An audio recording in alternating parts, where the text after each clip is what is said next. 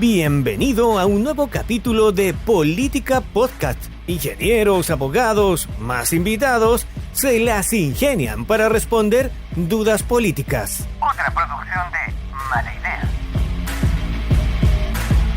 Hola amigos y amigas de País Lobo, Radio Mía, Radio La Mega, Despierta FM y Radio Viva. Soy Rocío Gambra y esto es un nuevo Política Podcast. El día de hoy tenemos una invitada especial que de invitada va a tener poco porque se va a quedar en los micrófonos aquí a analizar la política conmigo y es alguien que la conocimos a través de los micrófonos de País Lobo, por lo menos yo la conocí a través de los micrófonos País Lobo. Bueno, no me doy más vuelta, ella es Nancy Carola Márquez, ex consejera constitucional y ella viene de Chiloé. ¿Cómo estás, Nancy? Hola Rocío, hola a todos y a todas, muchas gracias por el espacio. Se agradece estos espacios de discusión política, ¿no? Y contingencia nacional, donde hay cada día menos, ¿no? Como que los medios parece que están cada día menos preocupados de lo que sucede en Chile y se agradece de verdad, de corazón, estas instancias de discusión, más allá, ¿verdad?, de atomizarnos o de poner visiones sesgadas, es más bien dar una mirada de tantas, ¿no?, que tienen. Yo soy antropóloga profesional, así que veo también el hecho social, ¿verdad?, como circuitos, ¿no?, dinámicos que uno puede analizar desde distintas miradas, y lo que se pretende justamente acá es dar una mirada de ese hecho social, que por cierto es diverso y tiene también distintas miradas por sí mismo, ¿no? Claro, Nancy tiene una consultora, es antropóloga y además hace poco militante de partido. ¿De qué? ¿Cómo se llama ahora? ¿Frente Amplio? Todavía no, estamos en proceso de Todavía discusión. Yo soy militante de Convergencia Social hace 2 años y un poquito más. Me he dedicado toda la vida a la antropología, esa es mi casa de formación académica y teórica. Y claro, hace 2 años y medio decidí militar hoy día, ¿verdad?, Portas del Frente Amplio, que es mi casa política. Y también es bueno dejarlo en claro, ¿no?, para que también la gente sepa de dónde se está hablando, ¿no? Esa honestidad, desde donde no soy neutral en esto, no tengo mi forma de ver el mundo desde lo político. Y eso es lo interesante y por eso mismo te invité, porque a pesar de que nosotros venimos de mundos distintos, tenemos siempre la mirada de ir a buscar qué es lo que hay detrás de esa conversación que de repente es tan difícil, más allá de las caricaturas, de poder entender y llegar a avanzar en la conversación política, que en estos días es bastante difícil. Pero yo creo que está muy ideologizado y va poco a resolver los problemas que están y se pierde los problemas que existen dentro de la sociedad y se pierde la realidad de decir la política y la democracia es capaz de resolver mis problemas. Nosotras estamos aquí desde micrófonos nada más y no con ningún poder político real, pero sí con la intención de poder ir avanzando a ver desde las distintas miradas qué es lo que pasa detrás de la política, cuál es el análisis que nosotras podemos hacer. Así que eso me pareció un ejercicio súper interesante que lo hiciéramos constantemente y por eso te traigo los micrófonos, Nancy. Y además mujeres, que tampoco es tan usual. Sí, exactamente, mujeres hablando de política es poco usual, efectivamente, y que no vayan de candidata, a no ser de que, porque tú estás vetada ahora de ir a candidaturas a cualquier cosa, ¿no? Nosotros decimos, tenemos más vetos que previsión de vida, tenemos un veto enorme, mucho, como en 3 días más voy a poder ser candidata de nuevo. En 3 vidas más. O sea, es que estamos vetados para todas las elecciones siguientes, para todos los ciclos continuos, o sea, para concejal, alcaldesa, gobernador regional, diputada, senadora, todo, hasta que vuelva el ciclo de nuevo. Así es, así que bueno, va a estar súper interesante estas conversaciones y como los días lunes antes hacíamos con Alicia Desperinas, ahora queremos analizar la academia, qué es lo que está pasando y ya desde esta mirada con esta antropóloga Nancy Carola Márquez, les recuerdo para los que se suman a nuestros micrófonos como auditores y traemos la academia, partamos como lo hacíamos antes, vamos a ver cuál ha sido la aprobación. Conversábamos la semana pasada que había bajado, se había destrabado la aguja porque durante mucho tiempo estuvo la aprobación presidencial pegada en 30 y ahora bajó un poquito y volvió a subir 2 puntitos que no hacen mucha diferencia. Están 26. ¿Cómo lo ves tú, Nancy? Mira, yo creo que, bueno, primero habría que ver, ¿verdad?, ese porcentaje si es la gente que, ¿verdad?, que es como esta gente, ¿verdad?, que como yo, ¿no?, que somos, ¿verdad?, militantes y que tenemos, por cierto, ¿verdad?, una lealtad política con el presidente, o más bien, ¿verdad?, la gente que va y viene, ¿no?, de los mundos políticos. Yo creo que la semana pasada fue una semana muy difícil para el país en general, ¿no? El tema de la seguridad se instaló después de la muerte, ¿no?, de estos 3 lamentables, ¿verdad?, asesinatos de los 3 carabineros, y creo que fue un escenario muy difícil de poder abordar, ¿verdad?, y por cierto, claramente las encuestas es la primera el primer termómetro que se pone socialmente, ¿no? Ahora, si eso va a seguir o no, yo creo que la encuesta igual hay que verla con perspectiva también del tiempo, ¿no? Realmente un número no hace una realidad, como se dice en las ciencias sociales, ¿no? Un número no pinta un cuadro, ¿no? Pero muchos números sí podrían eventualmente darnos cierta tendencia. Yo creo que esto va a ir a la alza, yo creo que el presidente tiene ¿verdad? Su mundo ahí, ¿verdad? Su línea de base con la que se mueve, y hay que ver finalmente cómo se va viendo esto con el pasar de los meses. Tal vez podremos con más meses dar mayor profundidad. Nancy, ¿y cómo lo has vivido tú? Porque una de las cosas que se decían era que el perro matapaco y esta como este dicho del presidente de menospreciar quizás de alguna manera ese símbolo de la revuelta o del estallido, le había traído estas consecuencias también, más allá de que hubiese, o sea, del asesinato propiamente tal de los 3 carabineros, que eso ya es como parte de lo que ha pasado ahora dentro de este grupo más como de este 30% que lo estaba siguiendo siempre, ¿le llegó un poco? ¿Cómo? ¿Percibiste En el algo de eso fondo, tú o no? en el fondo como que tú dices como que está perdiendo un poco, ¿verdad? Perdió cierto Está apoyo perdiendo por eso. su propio nicho, digamos. Claro, con Sí. estos señales, ¿no? Del perro matapaco, ¿verdad? Otras señales que ha dado. Yo tiendo a creer que las personas que estamos y que somos parte de este mundo, ¿no? Entendemos que el presidente es presidente de todos los chilenos y chilenas y que por tanto tiene, ¿verdad?, una responsabilidad de Estado. Y yo creo que nuestro presidente ha tenido esa mirada de Estado más allá, ¿verdad?, de que forma parte de un mundo político que es el nuestro, ¿no? Que tenemos una forma de ver el mundo, una proyección también de ver la política pública, el Estado. Creo que el presidente siempre se ha mostrado más bien una figura de Estado y me parece que eso es una buena señal, ¿no? Porque eso también da gobernabilidad a un país. Y creo que esa línea también ha sido una línea como de país. Nosotros no tenemos presidentes así, ¿verdad? Extremadamente como caricatura. Nosotros hemos tenido presidentes, yo creo que bastante, como decimos acá en Chiloé, juiciosos. En general, todos los que han estado en la presidencia después de la, ¿verdad? Después de la dictadura, han sido gente, yo creo que ha puesto equilibrios, ¿no? En su rol como presidente, y me parece que eso es lo que tiene que hacer un presidente de la República. O sea, justamente dar el punto de equilibrio, ¿no? Aunque eso requiere a veces, ¿no?, de tener que dar doble explicaciones o tres explicaciones por lo que se hace, pero me parece que hay que saber habitar el cargo, ¿verdad? Y creo que nuestro presidente lo hace en ese sentido a la perfección. O sea, yo recuerdo cuando estuvo, por ejemplo, en el último discurso que dio en el Consejo, cuando se cerró el Consejo Constitucional justamente antes de la votación, y él dio un discurso, a mí me pareció de verdad un discurso muy de alguien que está dirigiendo un Estado, ¿no? Más allá de un partido político, ¿no? O de un conglomerado político, alguien que está dirigiendo un país, ¿no? Y me parece que esa línea es la correcta, ¿no? En este escenario político hoy día, en este momento. Me parece que ese debe ser el tono del mandato. Sí, bueno, va a estar interesante qué es lo que pasa ahí, porque hay varios de otros sectores que no, ya con tanta vuelta no le creen mucho a lo que dice el presidente y le ha pasado, por lo menos también me ha pasado a mí que muchas veces después de un muy buen discurso de él, las acciones que él realiza a las semanas posteriores no se condicen con el discurso propiamente tal que da en ciertos momentos. Y de hecho, han habido momentos en los cuales él ha hablado que ha subido bastante su aprobación y nosotros ahí quedamos con la esperanza de que efectivamente vaya avanzando, pero después se desdice. Así que, bueno, vamos a ver cómo terminamos, pero por lo menos ahí está terminando. Se manda cosas así como esto, como la bancada Coñete que dijo ahora, pues, Nancy. Entonces tú dices, Exactamente. Yo creo que es un cargo, o sea, yo no quisiera ser presidente de la República nunca en mi vida. Así yo que es un tampoco. cargo que no quisiera evitar, ¿no? No quiere ser feliz, básicamente.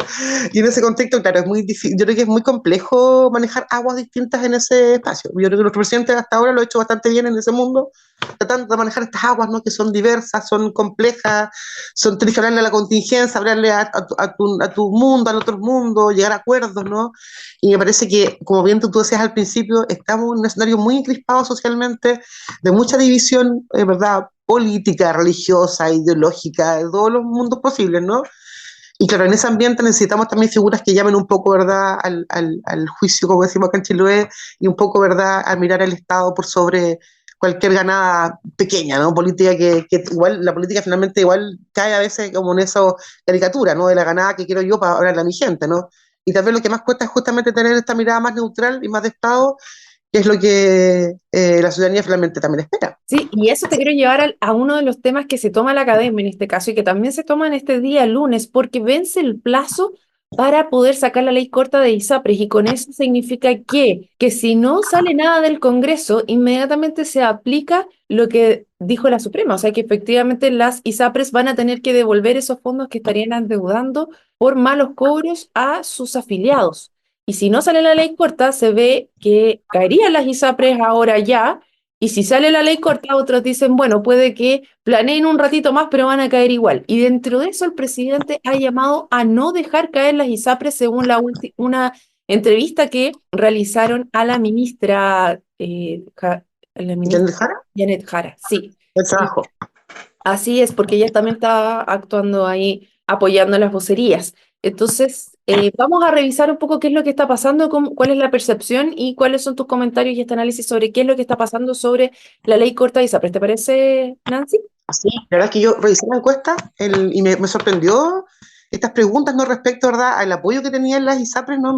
Debo ser honesta que me sorprendió eh, porque hoy día de hecho se vota, entonces hoy día estaríamos frente al último capítulo, ¿no?, de una historia que lleva hartas temporadas, ¿no? Y que hoy día, ¿verdad?, se termina un proceso, un ciclo, ¿no? Y a la luz de las encuestas es legítimo también preguntarnos esto, ¿por qué instituciones que hace algunos años eran mal evaluadas, hoy día, ¿verdad?, al parecer el sol les alumbra y son instituciones que están bien evaluadas, ¿no? Según también lo que arroja la encuesta de esta última semana. Lo vemos en la ISAPRE, lo hemos visto también, por ejemplo, con el tema de las instituciones de educación superior y otras. Igual uno podría cuestionar las preguntas, Rocío, podría preguntar cómo se hace la pregunta, pero ya, ¿para qué Como vamos a buena en eso? antropóloga. Vamos un poco más profundamente, ¿no? Y en lo profundo yo creo que hay una lógica muy humana en eso de asegurar lo que tenemos, ¿no? Lo que conocemos, ¿no? Porque la incertidumbre finalmente siempre genera distancia. Si bien hoy con la ley corta hay algunas certezas, ¿no? Como por ejemplo, ¿verdad? Bueno, que a toda luz va a ser aprobado al parecer, y establece algunos elementos como los años de pago, ¿verdad? Que además reconoce el total de la deuda, que hay diferenciación de los pagos respecto a las edades, ¿no? Que además moderniza FONASA, ¿no? Es decir, genera condiciones a mediano y corto plazo para una navegación relativamente tranquila, ¿no? Pero en ningún caso constituye los cimientos para una gobernanza en temas de salud. Yo creo que eso es innegable, ¿no? Es que justamente ahí va, porque no vas al... Esta era una ley corta que se suponía que se tenía que tramitar rápidamente. Igual nos ha tomado un año y medio más o menos en tramitar esta ley corta. Ya es complejo. Imagínate lo que es la conversación respecto a ir al fondo del problema, finalmente, lo que tú hablas de la gobernanza del sistema de salud. Y es una de las cosas que decía, mira, es súper interesante tener esta conversación contigo, porque tú estuviste pensando en la Constitución y justamente en esa parte que hablaban eventualmente de un sistema universal de salud, o sea, un seguro universal de salud donde trataban de abordar un poquito, no un poquito, bastante el fondo del problema, ¿no? Sí, bueno, como ahí te reitero que efectivamente yo creo que la ley corta soluciona estas cosas como específicas, ¿no? A mediano y largo plazo, pero nos genera como, Nada. ¿verdad?, una carta que nos genere, ¿verdad?, al menos una tranquilidad en términos de, por ejemplo, porque yo creo que la ley de larga vida de salud es una hoja en blanco, todavía no hay cimientos para, ¿verdad?, es todavía muy a proyección y para la ciudadanía, ¿verdad?, como bien decimos en chileno, es más diablo conocido que diablo por conocer, ¿no? Se ha dicho que es tan tradicional en Chile. Entonces, claro, eso sumado que además existe, ¿verdad?, una distancia con el mundo público y con, ¿verdad?, con las prestaciones que hace el Estado, ¿verdad?, hay como un estigma respecto, ¿no?, de que, o un miedo también, ¿no?, de que, yo discrepo de eso, por cierto, yo creo que el sistema funciona, ¿no? Pero hay gente que tiene esa distancia y también, Rocío, hay que decirlo que todos estamos permeados por un individualismo, ¿no?, que es propio de un etos, ¿verdad?, del neoliberalismo y eso es innegable y también eso tiene un peso, ¿no?, en el momento de definiciones políticas, ¿no? Eso por un lado respecto a las encuestas, pero las encuestas igual son una mirada, ¿verdad?, a veces tendenciosa de un momento y fin. A mí Pero lo me que parece me llama mucho la atención es la lámina 19 cuando le preguntan a la gente preocupación frente a posibles quiebras de ISAPRES. Y un 54% dice que le preocupa poco o nada que las ISAPRES quiebren. O sea, en verdad, como que no es relevante. Solamente un 30% dice que mucho, bastante le preocupa que las ISAPRES quiebren. que también pongo la pregunta nuevamente, pero no nos metamos en ese tema de encuestas ni preguntas específicas, pero yo creo, claro, que, como te digo, son momentos específicos y me parece que los elementos que tomamos recién en la discusión en el fondo es verdad el miedo a no saber lo que va a pasar y por tanto me quedo con lo que conozco, ¿no? Que es humano, eso también es de sociedades gregarias, ¿no? Definir lo que es, ¿verdad? Finalmente todo instancia del cambio requiere de un contenido profundo para que la gente, ¿verdad?, pueda saltar ese cambio, o si no, ¿verdad?, siempre la respuesta va a ser más bien conservadora. Eso lo dicen también todos los estudios, ¿no? La respuesta frente a la incertidumbre siempre va a ser conservadora. Eso por un lado, ¿no? Y por otro lado también es importante, ¿verdad?, poner, más allá de las encuestas, es bueno hacer como un poco de historia y entender por qué llegamos a este punto, ¿verdad?, desde esta deuda gigante por parte de las ISAPRES. La Corte Suprema, ¿verdad?, que es un organismo distinto al gobierno, también hay que decirlo, no es lo mismo, no es un poder distinto del Estado, para que no se confunda quienes nos están escuchando. En noviembre del 2022 emite un fallo, ¿no?, que obliga a las aseguradoras ISAPRES a reponer los cobros excesivos, ¿no?, que les hicieron a sus usuarios desde el 2019. Recordemos, ¿verdad?, que este es un sistema, ¿verdad?, que se instaló en 1931 durante la dictadura militar, ¿no? Y en ese contexto, ¿no?, el sistema también ha sido foco de miles de recursos judiciales, justamente porque por lo abusivo que es, ¿no?, respecto a su alza de precios en los planes, respecto de instalar un modelo que es abusivo y que además es discriminatorio con las mujeres en edad fértil, con los ancianos, con los enfermos crónicos, ¿no?, etcétera. Y las ISAPRES tenían un plazo para pagar de 6 meses, este plazo después se fue ampliando, ¿no? Y hoy tenemos este escenario que verdad, que en medidas concretas y reales, lo que hace hoy día, ¿verdad?, se está viabilizando el funcionamiento de las ISAPRES, y sinceramente también creo que era el único camino posible, no había otro camino. Y también otro elemento importante a analizar es que este problema, ¿verdad?, no nace porque un funcionario se equivocó o porque un empleado lo hizo mal, ¿no? Esto es más bien, ¿verdad?, existe una debilidad regulatoria, ¿no?, que es más profundo que alguien lo haya hecho mal específicamente, ¿no? Es legítimo entonces en este contexto preguntarnos, ¿verdad?, ¿dónde está la superintendencia, ¿no? ¿Dónde está Eso quienes mismo, debían regular, ¿no?, este sistema, ¿no? o sea, de todas maneras, porque se supone que aquí está también por un fallo de la fiscalización y la regulación, porque la Corte Suprema no debiera haber fallado para todos algo que estaba haciendo uno a uno, pero la cantidad de judicialización de estos temas fue la que lo llevó a empujar y ir un poco más allá. Y uno pregunta ahí, efectivamente, ¿dónde está la superintendencia? Ahora dicen, y escuchaba a Mochati en la mañana respecto de esto, y él señalaba que podría tener si es que esto no se paga, la persona que tendría que ir detenida por no hacerse cargo de esto para poder hacer que se cumpla efectivamente la ley, que se cumpla el pago hacia los afiliados, sería el encargado de la superintendencia, no sé si es presidente, director, no sé cómo se llama el cargo, pero la persona que está arriba de la superintendencia de salud. En el fondo, el superintendente, ¿no? Y Claro, que porque él además, tendría la también, responsabilidad legal de hacerse cargo de que se cumpla esto. y ahí hay un tema, yo creo, Rocío, regulatorio, porque finalmente no estamos en presencia de una debilidad regulatoria. Y eso para un Estado es terrible. El mercado no se puede regular solo, porque eso genera, ¿verdad?, un menoscabo para la ciudadanía como nosotras, o como el resto de Chile, ¿no?, que no, ¿verdad?, que no es parte de esos mundos. Por tanto, también hay que poner un ojo en eso, ¿no?, en la regulación del mercado, porque además muchos también de estos superintendentes después terminan trabajando en la ISAP y la aseguradora. No sé, igual, ¿para qué vamos a hacer una cosa por otra, ¿no? O sea, finalmente es un sistema que yo creo que tiene hartos desafíos, tiene más desafíos que respuestas hoy día, ¿no? El sistema de salud tiene que prever, ¿no? A mí me pone contenta.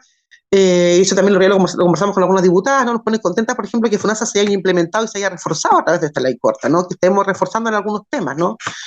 Yo soy de las personas que cree, y también hay gente que no lo cree, y también legitimo eso, ¿no?, de que yo creo que efectivamente el sistema público funciona, da cobertura hasta el último habitante de este país, funcionan las postas, funcionan los consultorios, funciona el sistema de salud primario, ¿no? Hay sistemas que están funcionando y que por tanto debemos seguir reforzando, ¿no? Yo me acuerdo que la mayor discusión en el Consejo y la Comisión 4 donde yo estaba era justamente, ¿verdad?, el sistema privado versus el sistema público, ¿no? Yo creo que el sistema público siempre se debe estar reforzando, ¿no?, porque nos da garantías de acceso a todos y a todas, ¿no?, a todos los chilenos y chilenas, independientemente de la plata que tengamos para acceder a la salud, ¿no?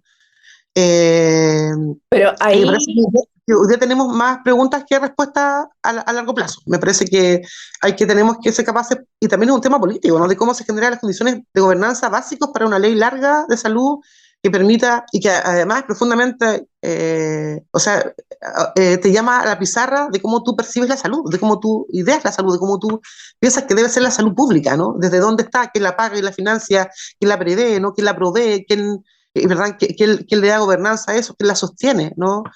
Yo el tema de salud es un tema tan complejo como el tema de la educación. Creo que es un tema de los temas pendientes que hay que hacerse cargo. Bueno, ahí me quiero quedar con dos cosas que escuché una de la ministra Aguilera cuando estuvo aquí en Osorno, y ella decía que dentro de lo poco que tenemos, o sea, de lo poco que se destina del PIB a tema de salud en Chile, podemos hacer bastante. Y yo eso estaría de acuerdo. Sin embargo, escuché una entrevista que le hicieron en el polo opuesto al ex superintendente de salud, Manuel Inostroza, y ahí da dos cosas súper interesantes. Por un lado, él señalaba que desde que empezó este tema de las ISAPRES, desde el 2022, han migrado a FONASA entre 1,5 millones y 1,700,000 personas. Y eso ha hecho que las listas de espera que estaban disminuyendo volviesen a aumentar. Y por otro lado, que daba una cifra así que era escalofriante, que 44,000 personas habían fallecido en las listas de espera mientras esperaban tratamiento. Entonces, claro, funcionaba dentro de cierta manera que estaba, que con lo que teníamos, pero una vez que empieza este temor a lo que va a pasar con las ISAPRES y toda esta conversación, se ve más estresado el sistema y no estaría dando abasto a lo que viene. Entonces, dejar caer las ISAPRES propiamente tal o no hacernos cargo de lo que está pasando, quizás con lo que había podíamos estar saliendo de un hoyo, pero se viene con un exceso de presión ahora que tú dices, bueno, ¿cómo va a responder este sistema y qué es lo que va a pasar? Y justamente ahí puede ser quizás no solamente lo que tú señalabas de este temor a ser conservadores de que mantengamos lo que tenemos, sino que la opción que existiría no, no estaría respondiendo a las necesidades que tenemos actualmente y nos dejaría peor de lo que estamos, ¿o no? ¿Cómo lo Es que ves? por eso también la ley corta implementa, ¿verdad? Y da y refuerza la FONASA, justamente por esta cantidad de gente que tú dices, ¿verdad? Que llegó a FONASA. O sea, cuando los privados falla, está el Estado. Y así hemos visto, ¿verdad? En la historia de nuestro país, ¿verdad? Como un país capitalista. Ahora, en ese escenario también, Rocío, hay que explicar un fenómeno que pasa en todos los sistemas políticos, sociales, culturales, que se llaman los mecanismos de justicia distributiva, ¿verdad? Que son mecanismos que es para asegurar, ¿verdad?, que la mayoría de gente tenga prestación de salud, ¿no? Y para eso el Estado tiene una bolsa de dinero, ¿no?, que no es infinita, ¿no? Y que por tanto, por ejemplo, tampoco se puede hacer cargo, por ejemplo, de demandas, ¿no?, de salud que son muy, muy caras. Por ejemplo, me acuerdo del niño Tomás, que la ama está viajando hoy a Tancú, ¿verdad?, Santiago, pidiendo, ¿verdad?, salud para su hijo, porque por un tratamiento que vale 3.500 millones de pesos, es decir, una cantidad de plata, o sea, que un Estado como el nuestro claramente no puede dar. Y eso también hay que ser sincero en esto, ¿no? Nuestro saquito de plata, ¿verdad?, es limitado. Y claramente hay que hacer efectivos los mecanismos de justicia distributiva. Es decir, ¿verdad?, yo doy planes, ¿verdad?, doy prestación de servicios a la ciudadanía, ¿no? Pero eso también tiene ciertas lógicas, ¿no? Es como cuando, por ejemplo, el tema de la pandemia, ¿te acordáis? A quién se le ponía el ventilador y a quién no, ¿no? Porque eran tan pocos ventiladores que no teníamos acceso a todos los ventiladores. O sea, tú ahí tienes que, ¿verdad?, como Estado y como, ¿verdad?, y como personas responsables, ¿no?, del mundo público, empezar a jerarquizar necesidades, ¿no? Eso pasa en todos los sistemas del mundo, ¿no? Porque no tenemos plata infinita, ¿no? Por tanto, hay que también regular eso, ¿no? A mí me parece que hoy día el sistema, yo soy FONASA, además yo soy usuaria, yo vivo en Ancud, tengo 3 hijos, soy usuario del sistema público, me parece que funciona, ¿verdad? Y creo que también eso hay que relevarlo, porque a veces creo que el negativismo también se empodera de nosotros y pensamos que todo está mal y todo está pésimo. Yo creo que hay cosas que funcionan en nuestro país, como son las postas, funcionan los consultorios, ¿verdad? Funcionan, ¿verdad?, las prestaciones de servicios básicas, ¿no? Esas funcionan. Ahora, con esta llegada de personas, como bien tú dices, que es una cantidad de gente importante que llega a ese tema, ¿verdad?, al sistema público, y que el Estado tiene que recibir porque es parte de su función. Por tanto, la importancia de no debilitar el Estado, ¿verdad?, y no debilitar, ¿verdad?, el financiamiento de la salud pública, es justamente con esta ley corta, que en eso sí me parece que es un acierto importante y que es una certeza, que es que da más recursos y garantiza, ¿verdad?, las prestaciones de servicios públicas, mixtas también, pública o privada, porque también el privado, ¿verdad?, más de la mitad de prestaciones, ¿verdad?, que hace el sistema privado hoy día son financiados por el Estado. Por tanto, me parece que igual hay que eso decirlo, ¿no?, y constatarlo como un hecho, ¿no? Cuando tú accedes al mundo privado, también estás siendo pagado por el mundo público, ¿no?, por el Estado. No es que los privados se hagan cargo de todo ese sistema, ¿no? El sistema público se hace cargo de muchas prestaciones, y me parece que reforzarlo hoy día era necesario justamente por esta cantidad de gente que va a llegar y que está llegando y que ya llegó a FONASA. Sí, ya. Ahí es donde a mí me entra la duda, bueno, y es un tema súper complejo de cómo arreglar el tema de salud de los sindicatos en general, que yo lo veo bastante complejo, porque justamente cuando uno habla de cómo mejorar el sistema de salud, una de las cosas que se dicen, por ejemplo, en el privado, es que no tienes listas de espera. Una de las buenas cosas que ha avanzado, por ejemplo, el auge, es que si tú tienes, eso es una prestación garantizada frente a una enfermedad compleja. Por ejemplo, si tienes problemas de cadera, o sea, cuando tienes que operarte la cadera, te dicen, ok, usted se tiene que operar. Y si el sistema público no es capaz de darte la operación en 6 a 8 meses, entonces tú puedes ir al privado y efectivamente hacer esa operación y con eso vas reduciendo las listas de espera y obtienes la atención que necesitas. Yo creo que ese es un buen sistema, pagado por el Estado. es pagado por el Estado, es un sistema mixto y yo creo que es interesante eso, o sea, porque ahora a nadie le obligan a estar en una ISAPRE, no es obligación, o sea, tenemos la libertad de escoger si vamos a FONASA o si vamos a ISAPRE, no tienes esa obligatoriedad de estar en FONASA o en ISAPRE, pero las personas escogen libremente para cuál de los dos se van, O entonces... sea, que pueden, o sea, que tienen solo también recursos para usar la ISAPRE, o sea, Ya, pero es que si las ISAPRES son así el demonio, el demonio vestido, podrían no estar y irte directamente a FONASA. O sea, por algo hay personas que efectivamente siguen escogiendo las ISAPRES. claro, pero también, o sea, es una fantasía decir que todos los chilenos y chilenas tenemos la posibilidad de elegir, porque eso no es verdad. No, claramente existe para abajo, pero las personas que pueden pagarlo por algo escogen el sistema privado, porque Claro, probablemente tienes menos tiempos de espera. A eso iba, o sea, no es, tú te podrías cambiar a FONASA si así lo quisieras antes si el sistema funcionase tan bien, y por algo existen personas que siguen queriendo ir al sistema de ISAPRE, y no creo que sea solamente porque quieran pagar más, sino porque esperan una atención más oportuna. claro.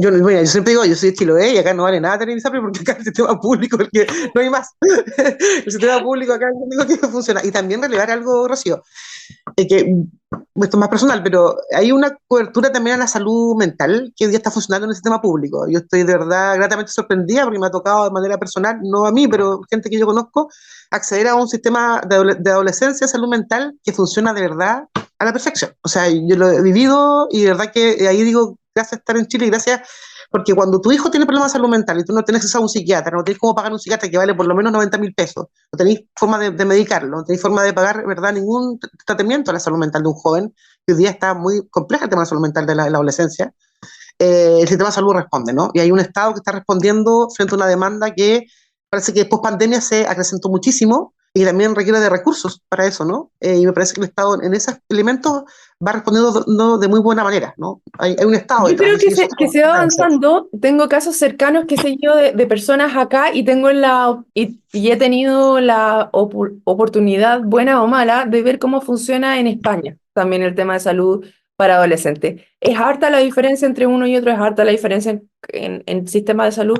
Acá creo que yo tuve la posibilidad de conversar con la directora del Servicio de Salud Mental de acá, o sea, que son tres y que efectivamente para los adultos mayores que tienen problemas grandes los derivan, está muy bien hecho. Lo que falta todavía, y creo que estamos al debe como país, es en general con las adicciones. Porque llega a un punto que también, lo mismo que decías tú, Nancy, que es pequeña la bolsa, no es una gran bolsa que tengamos recursos ilimitados, pero llega un punto en el cual tenemos todavía ahí cómo avanzar en el tema de las adicciones, porque Es un gran tema, es un que temazo. si no, queda todavía y en esta misma libertad de decir, si la persona no quiere ser tratada, no tienes cómo, pero toda la familia de alrededor de esa persona queda en una desprotección muy, muy alta. Y ahí, claro, tú dices, ¿cómo te hacer cargo? El sistema no puede hacerse cargo de todo, pero ahí creo que todavía nos falta, de cierta manera. Que vamos avanzando, pero no estamos completos. Bueno, se nos va el tiempo, Nancy. Yo creo que aquí nosotros nos ponen play y podemos conversar días, Toda la vida. toda la vida, y vamos a seguir conversando durante todos los lunes. Así que, bueno, vamos a ver qué es lo que pasa también con el tema de las ISAPRE. Está la votación el día lunes a las 23:59 se cumple. Ya tiene que pasar por ambas cámaras, Senado y diputados, y vamos a ver qué es lo que pasa con esta ley corta, que como yo creo, es también como que si se logra aprobar, vamos a seguir planeando un poquito más, pero como tú bien decías, no hay certezas. Nancy, dos invitaciones. Tú nos tenías una y yo tengo otra después para darnos también. No, solo a que, bueno, si les interesa la política o la filosofía política, puedan leer. Yo estoy leyendo este libro que me gustó mucho, que es de Byung-Chul Han, que es La crisis de la narración. Si quieren leer, ahí es de Paidós, está muy buena. Y ahí invitarlos a leer sobre política. Creo que a veces en política hay mucho discurso, pero muy poco contenido. Creo que todos tenemos el deber y la responsabilidad de educarnos y formarnos en las opiniones. Así es, y yo los quiero invitar también para este 25 de mayo al Rugby 10 que se va a realizar en el Sago, en el recinto Sago, para que vayan a verlos, va a estar buenísimo. Equipos de hombres y mujeres desde las 8:30, también buen ambiente, buena comida, buena bebida, así que para que no se lo pierdan este 25 de mayo para que vayan a verlo. Bueno, Nancy Carola Márquez, muchas gracias por conversar con nosotros. Nos vemos el próximo lunes y a todos los que se sumaron los dejamos invitadísimos para otro programa del Política Podcast. Nos vemos. Chao, chao. Llegamos al final de un nuevo capítulo de Política Podcast, donde ingenieros y abogados, más invitados, se las ingenian para responder dudas políticas. Nos puedes encontrar en Spotify, Google Podcast, iTunes o donde escuches podcast. Por supuesto también en nuestro sitio web, sección podcast. Feliz si compartes nuestro contenido y nos recomiendas. De antemano, muchas gracias y nos reencontramos en un nuevo capítulo de Política Podcast. Otra producción de Mala Idea.